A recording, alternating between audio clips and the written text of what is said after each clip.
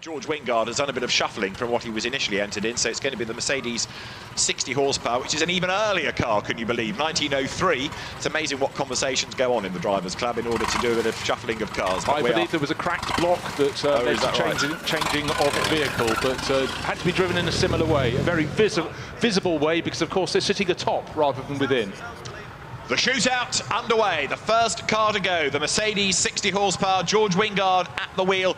Now don't expect this to be the fastest time of the day, far from it, but do not expect it to be slow. Remember, this car dates back to 1903, 60 horsepower, but it was still able to do impressive top speeds and average speeds, and this is how it would have been, apart from the full-face helmets. In other words, a riding mechanic, the driver working hard behind the wheel. Forget seat belts, forget roll cages, forget safety in a sense in that period, forget even a sealed surface, because they were bumpy roads with stones to cause hazards as well. And George Wingard, a master of this type of car. Absolutely so, and riding passenger, having to be a bit like on a motorcycle sidecar outfit, you have to lean with the car, but actually their principal role is to keep it foursquare on the track and to hang on. Quite simply, you can see the passenger hanging on behind George, the driver, and with their left hand down to the side of their seat, and of course parts this track are straight, but not really for very long. Suddenly you get to corners like the Flint Wall, hanging on. George guides it through the shade, through the darkness, then as they approach Carney's seat, back out into the light. The run is nearly over, but at this point they're really thinking every last tenth of a second has to be gained. Indeed. Well, this will be the target time. It's a target that's going to be smashed, obviously, given the vintage of the car, but that's been a really committed effort as it comes up towards the timing line. So where are we at? About a minute and a half heading towards the line. Bear in mind that fastest times have been in some cases around just under 40 seconds. So a 1 minute 36.65, 60 miles an hour going over the timing line. And if you think, 60 miles an hour, that's not very fast. The car's from 1903, give it a chance. Yeah, sitting on top, hanging on, pressing on. Robert Blakemore, we saw his Aston Martin Ulster glorious in that the Aston Martin tribute moment just a short while ago, but now he's driving it on his own. This is no parade, this is driving as hard as he can, and the Ulster was the car that really put Aston Martin on the map in terms of performance. You can drive them on the road, far better to drive them on the circuit, and even on hill climbs. And Robert Blakemore pressing on very hard. 7 seconds faster at the intermediate, so it's going to be a much quicker time. It's a much later car by a decade, and he comes up towards the line now then, so 96.65 to beat. And let us see where Robert Blakemore drops in as he comes towards the line. It's going to be about 90 seconds, is it? Breaks the beam now, 89.87, so 6.7 seconds faster. That puts Robert Blakemore quickest thus far. This is Sally Mason-Stirren with the beautiful Ferrari 166 Barchetta. She hasn't missed a Festival of Speed. She was the first car up the hill in the inaugural Festival of Speed in 1993, plucking cars from the family stable. Such an enthusiast, such a supporter. She doesn't expect to topple the big one. She's completely outpowered in this 166 Barchetta, but she drives absolutely beautifully and is so enthusiastic, really part of the scene here at the Festival of Speed. And faster than the previous two. It's a much later car, so you can anticipate the times to drop.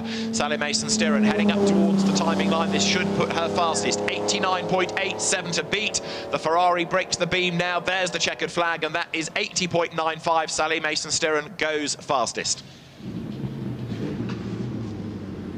Alexander Boswell really puffing away, has been all weekend in the Delage. It's been a delight to watch. He really pushes that Delage Becquet very well. Of course, Alexander also out in that 1952 Ascari Ferrari, so he mix and matches, but this is such a dynamic car, the Delage. He's definitely going to take, I would reckon, at least another 6 or 7 seconds out of Sally's time, and more. If not, yeah, 9 seconds quicker at the intermediate, so the time to beat, 80.95. Lots of smoke belching out of the side of it, but Alexander Boswell is nearly at the end, so he sticks his foot to the floor. It's going to be under 70 seconds as he breaks the beam, 67.91, 13 seconds faster than the Ferrari. That was so impressive, and you could really see how Alexander was working the car, hanging out of the side. Now, older in terms of age, but Ben Collins is really going to push on in the blitz and bends. This is a mighty car. It's sort of, I look at that and I sort of almost dream of chitty chitty bang bang in a way. We're back at 1909 for this car, and Ben Collins with the 200 horsepower Benz is a real master of this. There's a lot of effort going on, that enormous steering wheel. He accelerates up the hill. Look at the skinny tyres, trying to find some adhesion against the road. Up towards Molecombe Corner now, looking down from the high shot.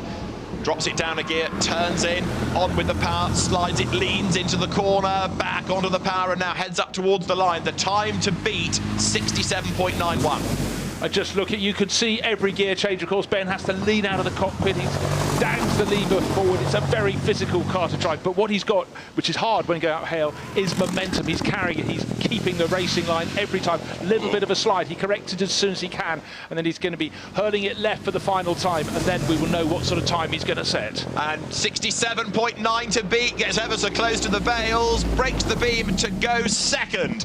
69.02 in a car from 1909, the 21.5 litre Blitz-Benz. That is fantastic. As you see now, James Wood on the start line in the Alfa Romeo P3. He is about to go.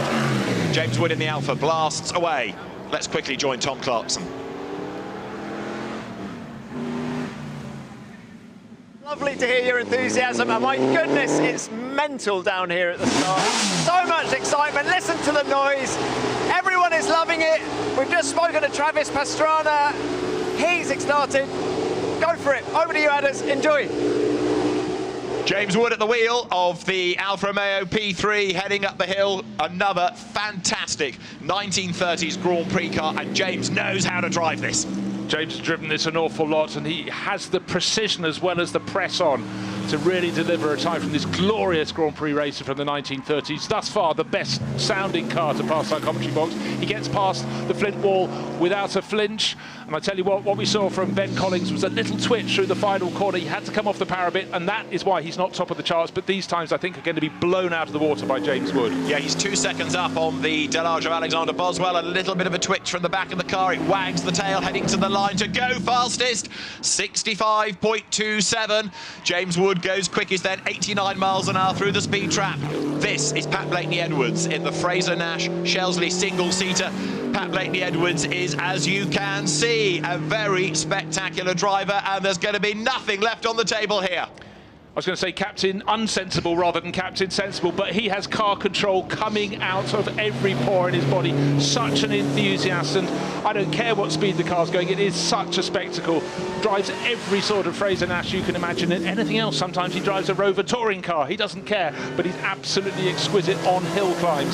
What's he up to now when we get to the split, waiting to see where he is? He's down by half a second. Can he claw it back through the twisters at the top? Well, he's going to try, that's for sure. Look at all the effort being put in. That steering wheel is never idle. It's going left, it's going right. He's working the car is working him. He has got to try to beat a 65.27. It's going to be close, but it's not quite going to happen. It's a 66.55 to go second in the Fraser-Nash single-seater. What he didn't lack was application. What he did lack was ultimate horsepower at the top of the hill. He really started to run out of steam there, but now a lot more horsepower on display because the Tyrrell, the DFV in the back. From 1984's Formula One season, the Tyrrell 012 of Ian Simmons, and he accelerates with the Cosworth DV engine in the back of it through that fast right-hander onto Park Straight now. It's a very successful race car in Ian's hands, and it takes you back, as I say, to 1984 and the Formula One season. Looking to be neat and tidy, not to overdo it through Moulcombe. Certainly I spoke to Ian at the top of the hill, and he was trying to be contained and not to step out beyond. And as drivers say, you're trying to get the extra tenth of a second shaved off. You blow away far more than that. You can waste a second or even two if you get it wrong. So precision is what Ian Simmons is looking to achieve. Well, at the moment, he is the fastest, and let's face it, that's no surprise. This car is from 1984. It's got to beat a car from 1935. So the advantage goes Ian Simmons' way. 65 seconds to beat, goes over the line, and he does it, but only by 2 seconds. So it was a gentle run, a safe run up the hill from Ian Simmons, but it's great to see the Tyrrell in action. The touring car that you see now is Matthew Holmes' BMW 320, Spa 24 Hours winning car in the hands of Eric Ellery, Mark Douay and Didier de Radiguez, the former motorbike champion, and Matthew Holm attacks the hill right now. You always expect the touring car drivers, their cars aren't as leery, but they've still got to bring the performance out of them. Tidy through Moulcombe, that's important, and then you try and carry build as much speed as you can before you get to the fearsome flint wall. Here he goes, dives into the shade. Nice, neat flick, little bit of space on one side, little bit of caution, but then back into the sunlight. And now the final sprint, he's 8.89 of a second up on the best time so far, pretty much where you'd expect him to be. Yeah, but not a full second, so it's a more recent car, but a less powerful car. It's a touring car, not a Grand Prix car, so up to the line, 63.2 to beat. Is he going to do it? Yes, yes, yes, by just under 2 seconds. Matthew Holm goes fastest then in the BMW.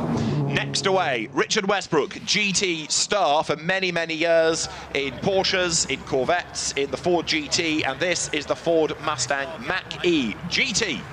He's learnt this car very quickly over the course of today and the last handful of days. Normally this year he's racing the Glickenhaus hypercar in the World Endurance Championship, so talk about changing the season around. Paul Swift is being listed as the driver of this car rather than Richard Westbrook. We'll get clarification on that, but Paul has been sharing the car through the course of the weekend, and we know he's a driver who can drive in a similar fashion to his father Russ Swift, can be spectacular, but right now he's not trying to be spectacular, and as he's trying to keep it four square on the hill. Doing his best, isn't he? So yeah, stunt driver, rally driver, and right now hill climber Paul Swift accelerates towards the timing line, taking over the seat from Richard Westbrook, and he's dropped some time in the second intermediate then, so he's a little bit down on the BMW. Was quicker, he's now lost time against Matthew Holmes, so 61.23 to beat. Matthew Holmes' time stands up to the flag, 61.91, just under 7 tenths split them, so he lost time heading up the hill. Paul Swift goes second. So isn't this the glory of the competition? We've had a fantastic sign set by a car from the first decade of the 20th century. That was by Ben Collins, but then we've had the latest machinery with an electric engine guiding up the hill. But now, somewhere in the middle, the Curtis Craft IndyCar racer with Geraint Iron at the wheel. We are in 1954. It's a 2-speed gearbox, fast and faster, effectively, and this designed to go round and round Indianapolis, not up and up the Goodwood Hill. But right now, it's looking good in the sectors. 61.23 to beat the Curtis Craft Offenhauser, twitching up towards the flag. 61 seconds to beat. Yeah, done. 59.10. That goes quickest. And just looking at the adjustment of the cornering line several times to get through the final corner, Geraint did not want to lift. But now, if you want noise, here is the noisiest car on the hill. Duncan Pittaway blasts away in the Cheetah Chevrolet. It's a very stubby little car, it's a very leery little car, it's a very noisy little car. Can it go faster than Geraint Owen's Curtis Craft Offenhauser? Well, let's see, because now Duncan Pittaway attacks the hill. He makes the climb then in this 6.9 litre V8 engine Cheetah. And just bear in mind that Duncan's such an entertainer, but probably, I think, today the only driver competing in the hill climb wearing collar and tie. He has standards, you know. He also has plenty of horsepower, lots of grunt from that Chevrolet V8 lump at the front. There's nothing at the rear. There's a bit of colour. There's the back flap of the car and the tail lights, but Duncan Pittaway sitting literally over that rear axle, swinging it. He really attacks through the flint wall. David, is he going to go top? He's almost half a second down. Can he be brave in the ultimate sprint to the finish? We know that he's brave, but has he got a heavy enough right foot as he accelerates up towards the timing line? Let us see. 59.1 to beat and slightly down, 60.08 seconds. So second fastest for Duncan Pittaway, but a good effort nonetheless. Now this is Ewan Surgison in the Shadow DN1, Formula One machinery. So again, it just shows the mixture of machinery, Formula One, excuse me. And this is a car made famous by Graham Hill back in the day, tried to take it towards victory for his own team, but right now the focus for Ewan Surgison, who has a whole host of people in the style of Embassy Racing. I love the support crew here, but how's he doing on the split? Just waiting to see. He's 59.1 seconds to beat. David, is he carrying enough speed into the final corner? I think he's going to come up just short. It's going to be close, isn't it? 59.1, it's just the wrong side of the minute. 60.93, puts him third then.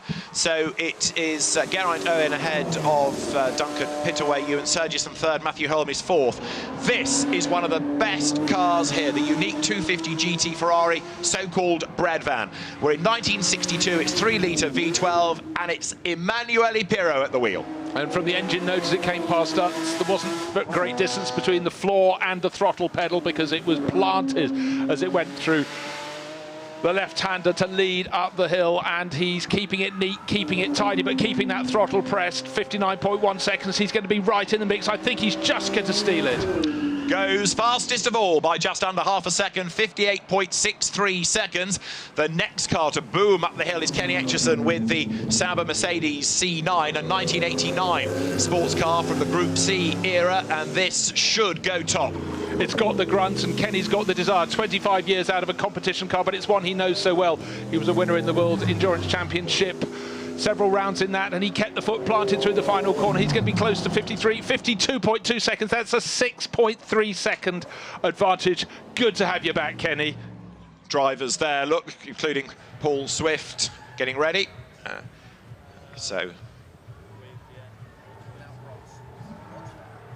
To the line comes Ken Clark with the Rover SD1, the Rover Vitesse from 1983 that starts the saloon shootout here in the Goodwood Festival of Speed, presented by Mastercard Shootouts. The car is an original 1983 Rover Vitesse. Steve Soper raced it in what was then called the British Saloon Car Championship. He and René Mech shared it to win the Silverstone Tourist Trophy, the round of the European Touring Car Championship. And Ken Clark is the man who mechanicked on the car in period and is the man behind the wheel of it today.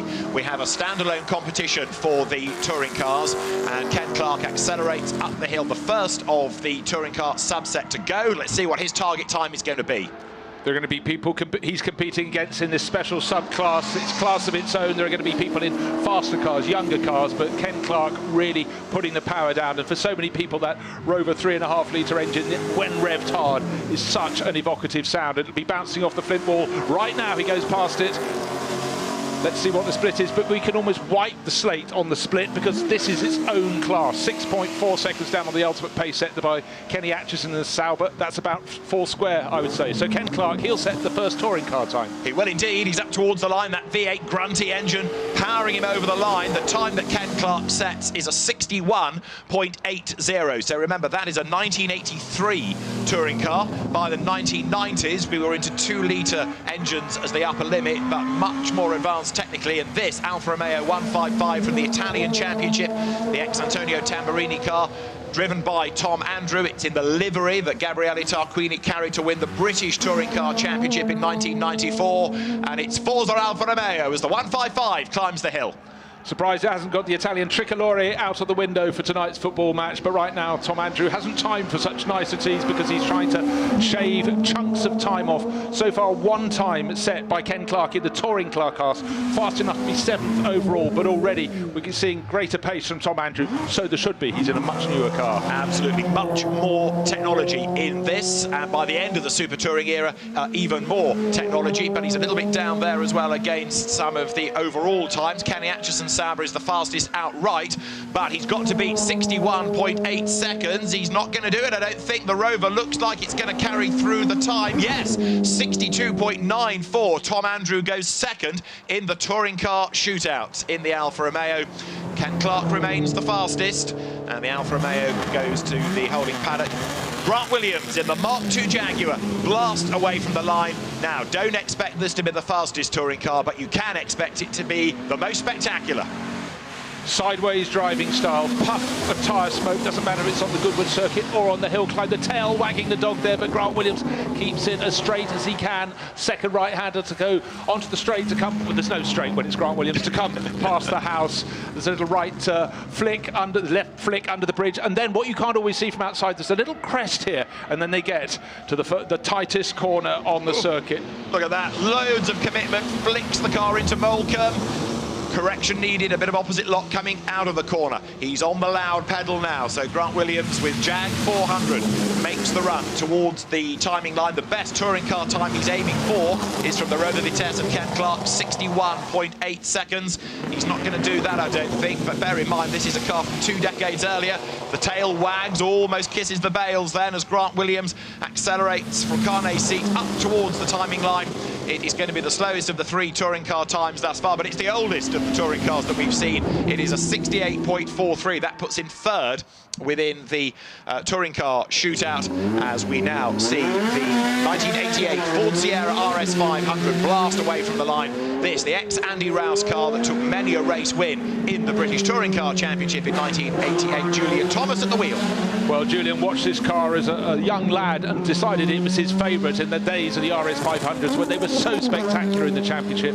He then saved up his money, he bought one. This is his first visit to the Goodwood Hill Climb. He's been loving it. Didn't love it quite so much, David, with the RS 500 when it was wet yesterday. Kept it on the straight and narrow though, because he's been building up. He said, I just want to get faster on each run, learn a little bit more. Let's see if he's managing to put all those little sectors together to create a good time. We'll get that first relevant split anytime soon. Oh yes, he's very much on the pace in the Sierra, and so he should be. Absolutely right. So Julian Thomas then with the Sierra RS 500 whistles towards the line, all of that power hurtling him up towards the checkered flag to break the beam, and he does a 54.08 second overall, fastest in the saloon shootout, this class within a class. But go forward a decade, the Renault Laguna blasts away from the line. This is Mark Jones at the wheel of the Laguna, a car from 1999, the Alain Menu Jason Plato chassis, and Mark Jones blast through the cars by the end of the Super Touring era, so technically advanced. The Williams Formula One team had a major input in this. Costs were spiralling. This was the peak, really, of the Super Touring era. It absolutely was. The competition was red hot, and it's red hot here today. Okay, we've got cars of different ages, but Mark Jones doesn't care about that. He just wants to come out top of this class, and at the moment, it's looking very good for him. He's really attacked the first part of the course, very neat and tidy through Molecombe, up to the flint wall, very close to the bales on the right-hand side, but staying suitably away from the hardest thing up there, which is that flint wall. But can he build the momentum for the rest of the course through Carney's seat? He's almost at the end of the track. The last burst out into the brightness and then into the dark, David. The target, I think, has got away from him, so he will go second in the touring car class. 56.51, but still really respectable times. The next car to go is Rick Wood in the ex-Rick Kelly Holden Commodore. He blasts away from the line, this 2008 chassis in the Holden Racing Team colours, but it was a Holden Special Vehicles entry from Rick Kelly, run by the Walkinshaw team. It had a big accident at Bathurst in 2008 with Paul Radicic behind the wheel, but Rick Wood has rebuilt it, and he has put the HRT colour scheme on top of it. He's raced Holdens before. He's very, very quick and very successful in them. And this car that makes a great noise is also a great sight. And crucially, it is well driven. Very well driven, and Rick Wood likes cars with a lot of horsepower, and certainly in comparison to the cars in the British Touring Car Championship, this has loads of grunt, oodles of grunt. That big V8 up at the front. The time, very, very good indeed. So Rick Wood ought to, if he can complete the course without making a slip up. So many times we see drivers blowing in this final sweep to the finish line, but he's looking good on... Oh, is he on the clock? No. A little bit down, goes through on a 53.13, so he's quicker than Julian Thomas. He's fastest of the touring cars, and that is going to put him second overall behind Kenny Hecherson's Sabha, 53.13. Nick Swift in the Mini 1275 GT, the recreation of the Richard Longman British Saloon Car Championship winning Mini from 1978 and 1979. This, if it's ever on four wheels again, I'll be surprised, because Nick Swift is one of the fastest Mini drivers. The car hopping and skipping its way out of turn one up the hill. Nick has the heaviest of right feet. This is going to be a joy to watch. It was a bunny hop as the tail of the car hit the grass bank on the outside. Not the grass bank, the grass verge. He'd already lost a second to the Sabha, the fastest car off the start, finish straight, but he never ever lifts. This is the Italian job. It's red, it's white, it's blue, it's all rolled into one, and up the hill he goes. He is loving this hill climb. He's never done the Festival of Speed before, and Nick Swift is absolutely flying. This Mini is being given a real workover. He heads up towards the line. The best touring car time is a 53.1. He's not going to be that far away from it either as he comes across the line. The little Mini does a 56.62. Fantastic from Nick Swift. Does not deserve to be there. There is no horsepower in that car. It's just willpower, and it very nearly carried the day. But certainly in terms of entertainment, that was the car that was driven harder than any other thus far. Fantastic. Let's go NASCAR. Jack Tetley blasts away from the line. This is the 2012 Chevrolet Camaro. It's 5.9 litres. It's V8. It is noisy, and it's a very spectacularly driven car as well. Jack Tetley had a bit of a moment in the damp this morning, but let's see what this run turns out to be. Jack has got the ability to go fastest here.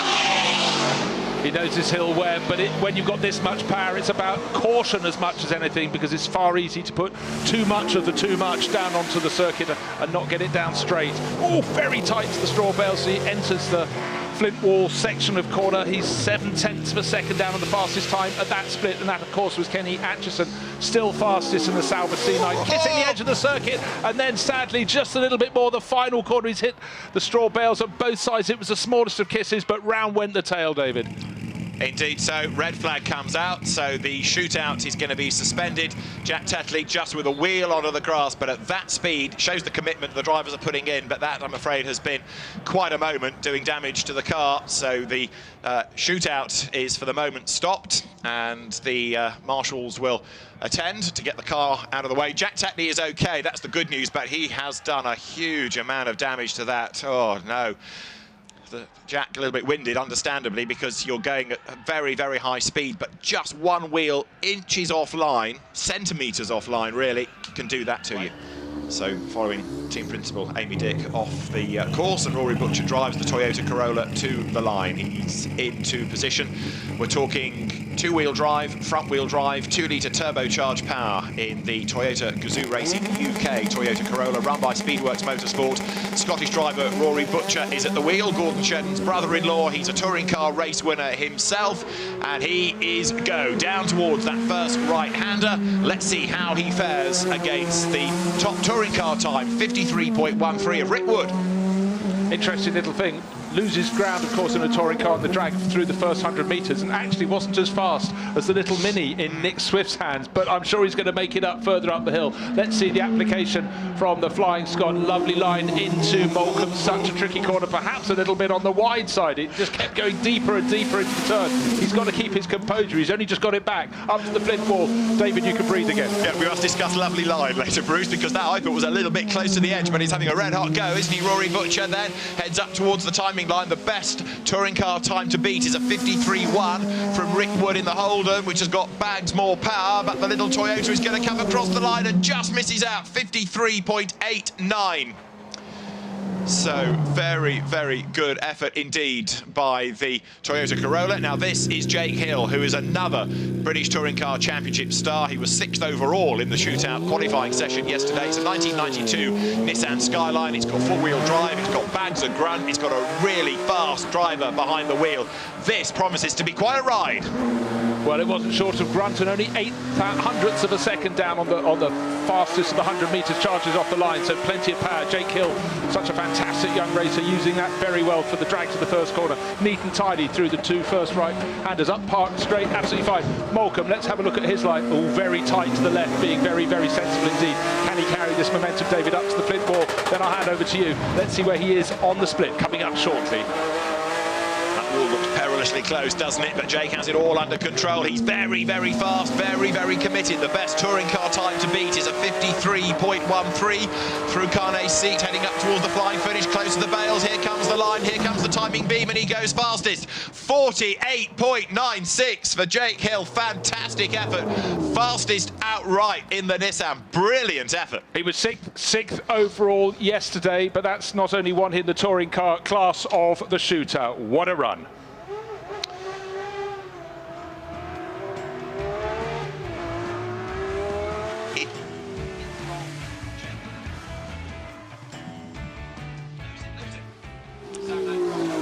Sam Hancock blasts away in the BMW then. So Jake Hill fastest in that saloon set, and Sam Hancock takes us then into the last 10 in the main shootout in this 1979 BMW M1. This is a brilliant car. It really is. It sounds fantastic, and we heard from Sam earlier talking about the ability with a little bit more height to ride the camber in the hill, and the certain is that umbrellas starting to go up. Or was that an old bit of footage? You don't want rain on the hill at this stage. We want constant weather conditions, and he's lost a bit of ground on that amazing run from Jake Hill in the Godzilla Nissan, but right now he's probably good for second overall. Just looking to see if any windscreen wipers are coming on. Looking out the window, can I see rain? But we did see that umbrella.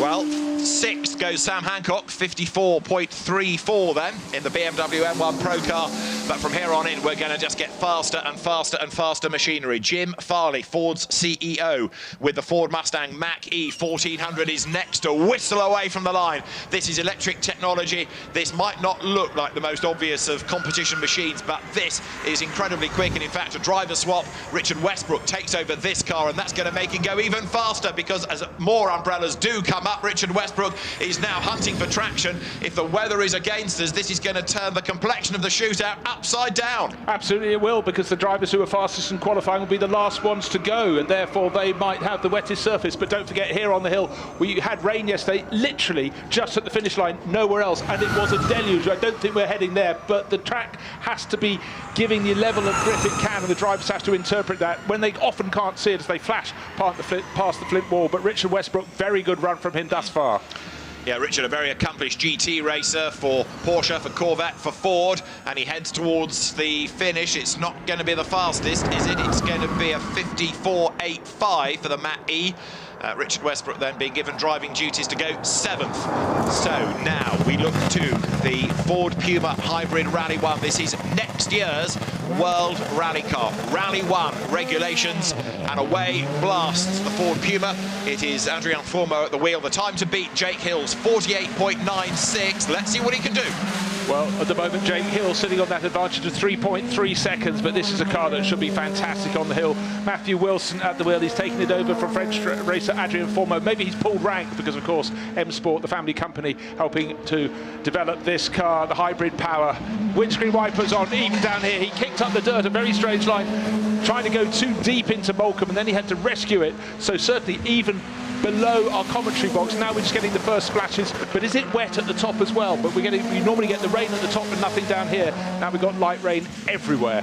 Last to go, Travis Pastrana's Subaru, four-wheel drive, so it could be very much a Travis Pastrana run, this, as Matthew Wilson heads towards the line. I think he's lifted a little bit, hasn't he, just to be on the safe side with the conditions. So for Jake Hill, he got that time in at just the right moment. 54.55 for Matthew Wilson as he goes across the line.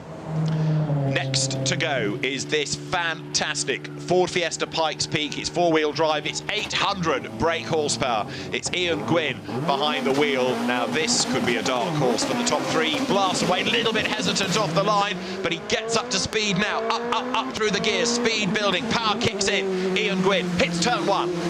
Now, of course, when you're competing in the Pikes Peak hill climb, it goes up to 14,155 feet. And the big problem at the top is that altitude really affects the engines. Don't think we have that concern here in the South Downs in southern England. But taking the shortest line possible, the little kick to the right over the crest.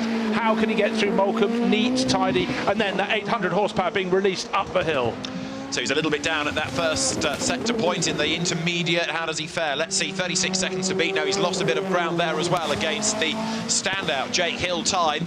So Ian Gwynn with all of that power, trying to be careful as to when he applies it. Now, can he claw back some of that lost ground here? No. A 48.9 is going to be very hard to beat right now. He skims the bales, coming up to the line. 54 seconds. Yeah, just 54.96. Goes 9th fastest. Ian Gwynn in the Ford Fiesta Pikes Peak. One of the hard things to assess is just how wet the track is becoming. It doesn't look out of the windows of the commentary box those almost any different, but for those at the top, most especially Jake Hill, suddenly the excitement is really building. Maybe the realisation from outside the top 10, 6th overall in qualifying, of course, he can take the big prize. But let's not get ahead of ourselves.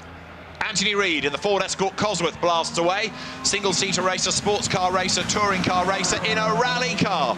The ex-Carlos Sainz Escort WRC that Anthony has been given driving duties in for the first time this weekend, and he has taken to it like a duck to water. Expect commitment here. Well, that might be appetite, a duck to water, but no one tells Anthony it's raining. He comes from Scotland. He knows full well the value of rain, and therefore he would have spent his childhood driving in it before he moved down south. Bested himself near the circuit here in Goodwood in his Formula Ford days and pressing on really hard. He wasn't expecting to drive the car, and he is very, very quick and very committed. Let's see where he is on the split. 2 seconds down, bearing in mind how others who could have been quicker weren't. That means Anthony is not paying attention to the rain at all. So here he comes up towards the line. 48.9 to beat. Again, close to the bales on the outside. It's a 51.6. Goes second fastest. It's Jake Hill's Nissan, Anthony Reid's Escort, Kenny Hecherson Sabha, the top three. Jake Hill can't believe this.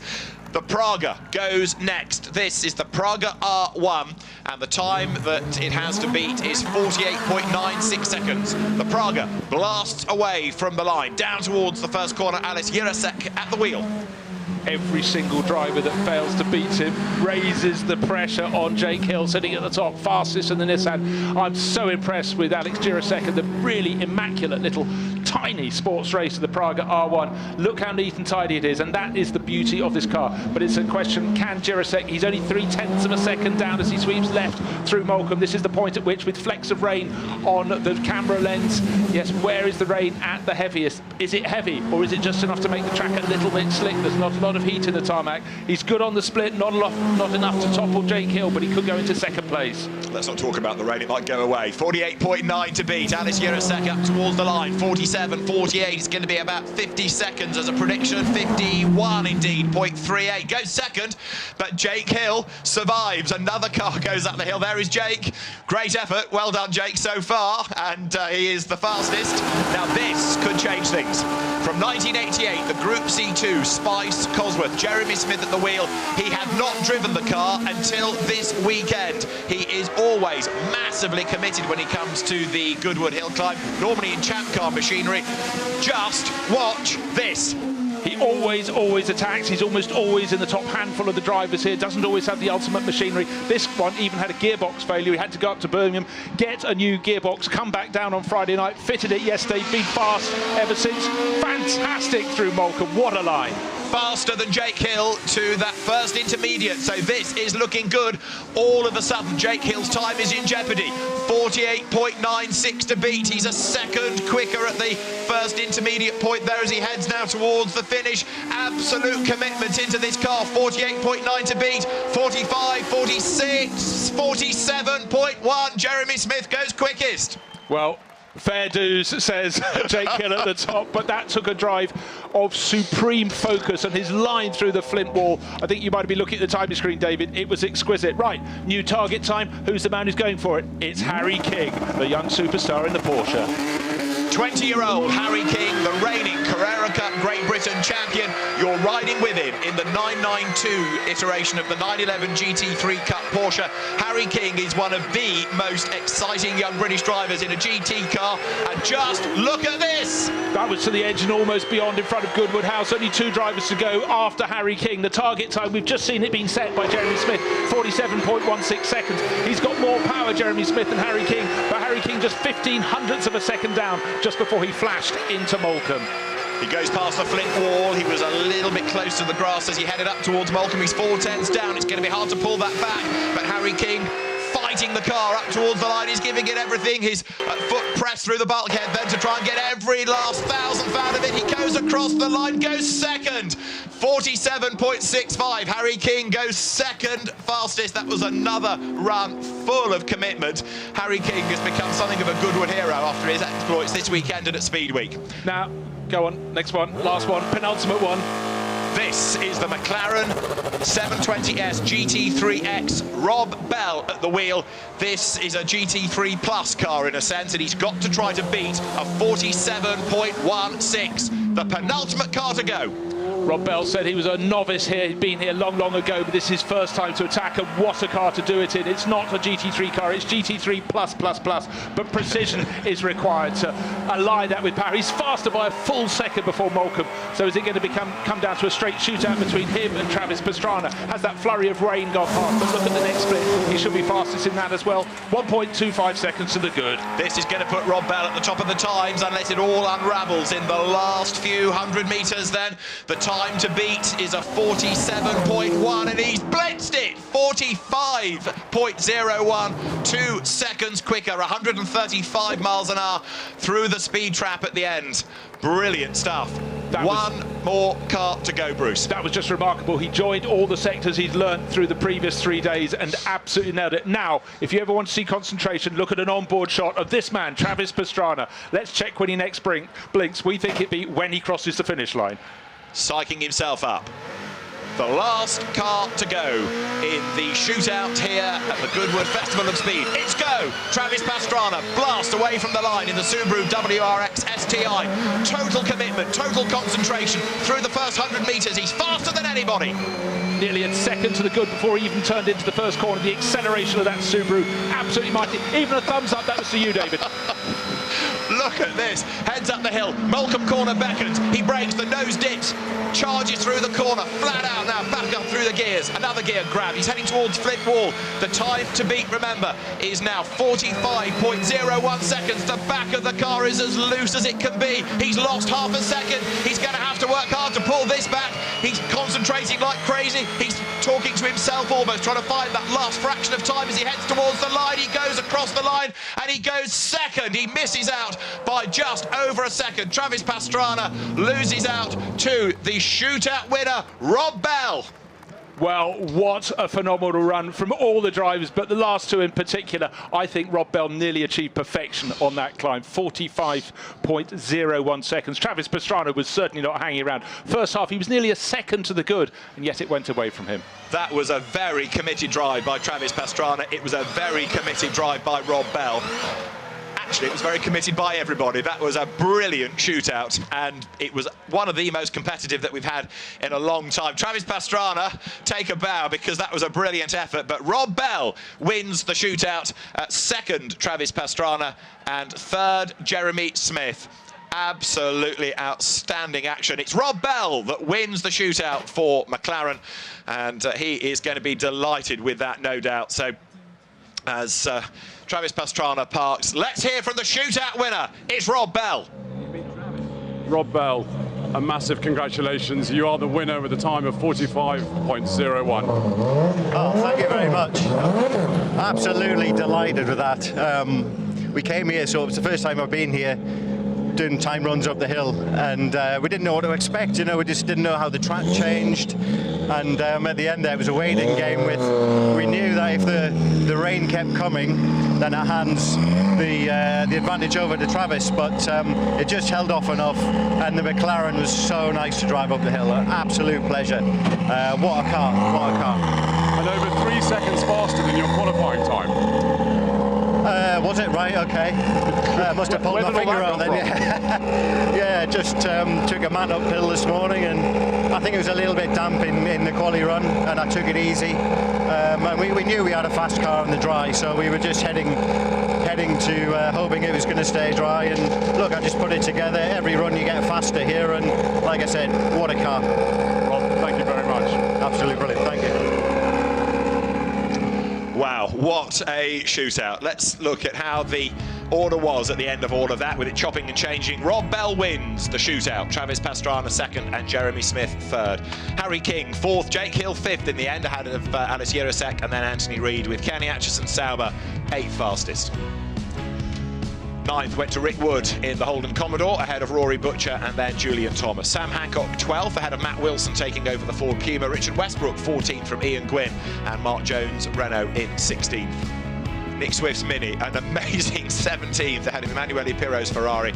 Geraint Owen 19th from Duncan Pittaway and Ewan Surgerson. Matthew Holm 22nd from Ken Clark, and then Paul Swift. Tom Andrew next from Ian Simmons in the F1. Tyrrell, James Wood next from Pat Blakeney-Edwards. Alexander Boswell 29th, Grant Williams Jag 30th. Ben Collins 31st, ahead of Sally Mason-Stirron. Robert Blakemore 33rd in the Aston Martin Ulster. George Wingard bringing up the order, and of course spare a thought for Jack Tetley, who tried everything but ended up with a very damaged car, and spare a thought too for Travis Pastrana, so near and yet so far. Travis, you didn't leave anything out there. What a fantastic effort, but it wasn't quite enough. No, my goal, I mean, he definitely turned it up for sure. My goal coming in this, I was like, if I can get a 46.5 or better, I think that's pretty much where my driving ability is. I think the car probably had a little bit more in it, but I definitely didn't. We were max out, and I tell you what, I was just really happy to be here and be a part of it, and I did better than I had hoped on my time, so that's all I asked for. And despite the rain, everyone seemed to go faster. You found almost 2 seconds from yesterday. Yeah, well, we knew we had to go all out because we were actually looking at the McLaren's time from practice. I'm like, holy cow, we picked up 3 seconds. I'm like, maybe we can get 3/10, but left it on the line. Did a little donut before I did, got some tire warming, so my first 2 corners were a little quicker, but the crew at Subaru did such a great job, and like, thank Yokohama and everyone, and just everyone that came out. I mean, it's been raining, it's been sunny, it's been scary, but everybody out here came out and came to support. It was really cool. Travis, we've loved watching you. Thank you so much. Thanks, guys. And there, the Duke of Richmond will present the champagne to the shootout winner, to Rob Bell, and a brilliant effort, absolutely fantastic. Another new name goes to that illustrious list of winners of the shootout here at the Goodwood Festival of Speed, presented by Mastercard.